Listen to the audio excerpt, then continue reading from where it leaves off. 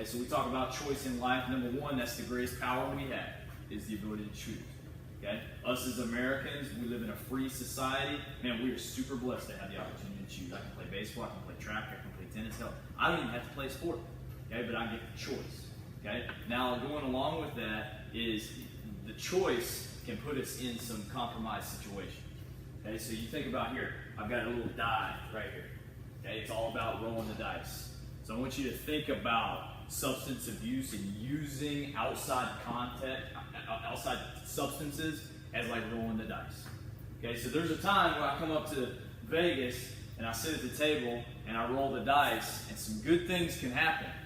Okay, right in the moment I can feel great, I just won some money. On the flip side, a lot of bad things can happen. At the table, walking away from the table, being in that risky environment. Okay, that choice, I chose to roll the dice. So that's going to kind of follow us along throughout this series here. Okay, we talked about this too. The person I am will determine the athlete I will become. We think about a team as a unit. The people that we are, the men that we are, will determine the direction of this team and the team we will become. Okay, so it goes all back to choice. Choice is a privilege. It really is. Okay, but just like risking things at the gambling table, or no, I got a better example. Let's say I'm climbing a mountain. Okay, let's say I'm going to go to Everest. Okay, there's a great reward there. Oh hell, I climbed Everest. Okay, I'm one of a couple hundred people that reached the highest point in the world. That's great, but can I handle the risks associated with that? I may die. I may lose a hand. I may lose my eyes. Okay, so every time you use a substance or you're around risky people that are using substances, you're simply rolling the dice. Some good things may happen, but some really, really bad things can happen too. So think about risk versus reward in all of this. Okay, go back to the 1%. Every single day we're trying to find our 1. What is our 1? You get a 1 or a 0 every single day. Okay, so a little bit more detail. A couple different types of drugs. So there's drugs used for medication. Those are super dangerous too if we start to abuse those. Okay, the other ones can be used for like spiritual, religious reasons. If you look back at history, like drugs and substances, like those things go back to the beginning of time. Like even in the Bible, they're talking about drinking wine. They're talking about different herbs. Like it goes back a long way. Okay, but that doesn't mean that it's right for our bodies, especially from a performance-related standpoint. Okay, another ones are like designer or smart drugs. Designer drugs, smart drugs are things that are that increase alertness. Caffeine would maybe a little bit more of a benign smart drug, but like Adderall, non-prescribed Adderall would be an example of a smart drug. It's going to increase my alertness, increase my ability to retain information temporarily, and it's just going to allow me to be at a heightened state. That's kind of what we call a smart drug. And then finally is the recreational drug. That's kind of what you think about as street drugs, marijuana, different types of opiates, things of that nature. Okay? Commonly used drugs, I'm not going to sit up here and read all of those, but you're going to see these no matter what. We're in a college setting. We're in a college setting that is in a city on a major interstate. Every single one of these categories is in Waco. Okay? Go back to the chance, go back to dice. Okay? Are you finding yourself in a situation where you're around these? Okay? Even if you're not a user, being around these things can put you at risk. Okay? So if we look at what drugs do to you, and it doesn't have to be just drugs, any type of substance that's not native to my system is going to really alter what's going on inside my body. The body is fascinating. It really is. There's processes going on in regard to electrical processes, chemical processes. There's everything going on inside my body where signals are being sent to run downstream to cause movement, to cause thought, to cause reaction.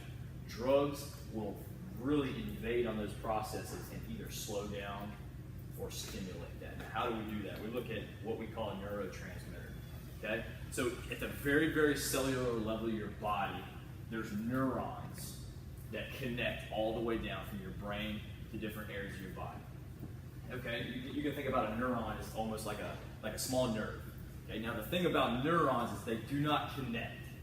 There's a small space in between neurons, what we call as the synaptic cleft. Synaptic cleft.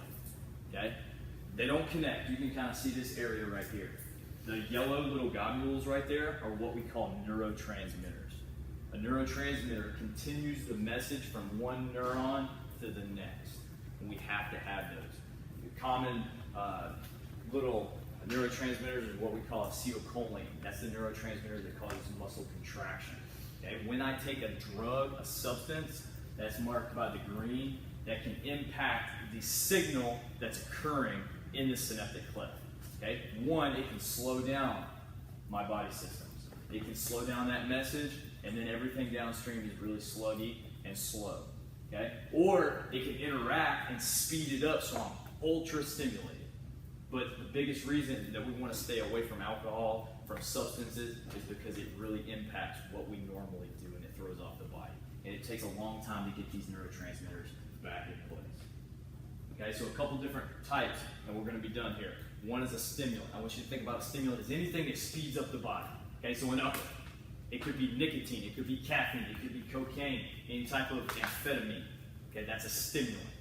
Okay, a depressant is the exact opposite, something that lowers, something that you can get right in the store. Remember we talked about that list. Everything on that list is in Waco. Okay, some common depressants may be alcohol. Okay, that's everywhere, often commonly accepted. That does not mean it's good for athletic performance. Okay, a hallucinogen. A hallucinogen is anything that's going to alter my perception of reality. Okay, a lot of different types of drugs fit into this, but any type of drug that changes the way I feel about my surroundings or people that are around me, or maybe put me in a completely altered mind state. Okay, that is a hallucinogen. Opioids. There's a big difference, which we'll talk about later, between opiates and opioids, but it's any type of drug that's derived from a poppy plant. Okay, things like that often are some of the most deadly. They're often some of the most addictive. Okay, these can be shot up, they can be snorted, they could be taken orally. Okay, so some of the most dangerous are opiates, and we have a complete little lecture on that one. Okay, weed, we'll put weed into its own category. Okay, that shit is, it's like common, it's accepted in some states. What we'll talk about later once we get to the weed chapter is you're in Texas. You play in the Big 12 for Baylor, and that's NCAA. It's illegal across all that, so we got to stay away from this. Down in life, remember, you can roll the dice. If you're a grown-ass man, we all are grown-ass men, but once you're out of here, you can roll the dice. That's your choice. We have the privilege to do so. Just understand, in the workplace, your workplace may not want this. They may test for it. So, and certainly in our workplace right here as baseball guys at Baylor University in the Big 12 NCAA, they don't want that. So understand the impact there. Okay? Last thing I'm going to talk about is the idea of a gateway drug. Okay, so a gateway drug is this theory, goes back to risk management. Okay, so a gateway drug. Let's say I want to have some beers, and I go down to the bar downtown, whether it's down in Hewitt, whether it's down in Waco, wherever it may be. Okay, the idea of the alcohol putting me at risk is small. Okay, but the bigger concept of putting me in the bar environment with some bad news people and some other higher risk situations, that's even bigger. What also could be there, and this goes back to the idea of a gateway, alcohol may lead me to lower my inhibitions and make me kind of change my mind. Man, I'll smoke that joint. I'll try it one time.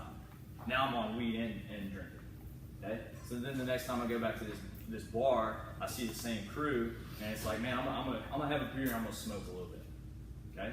What does that lead to? More risky behavior. Now this old boy that I met down there last time, he's got some other crew come in, and now I try pills. I try something a little bit harder, and then you fall into this never-ending cycle. Okay, so the idea of a gateway drug is the lower-end drugs, no matter how kind of soft they may seem, will put you at a higher or a more risky situation. So we want to think about everything about choice. Go back to rolling the dice. Okay? Everything is about rolling the dice. It doesn't matter if you're crossing the road or driving down I-35. You got to be able to manage risk and reward. Do I want to put myself in that situation? Does that make sense? Sure. So over the next couple little, probably Mondays, we got a little bit more time on this day. What we'll do is just kind of talk about a little bit of things. And after like 3 or 4 little things, we'll be kind of done with this. As we go through this, if y'all got feedback, if you got experiences, whatever on how we can kind of share this message, let's kind of work together and develop this thing. But the biggest thing we want to think about is how these foreign substances impact my engine to compete on the field, and how they impact my personality to be a man out there. Got it? Sure. Any questions there? Okay. Make sure you're outside, keep your arm hot, and ready to go. Tip break.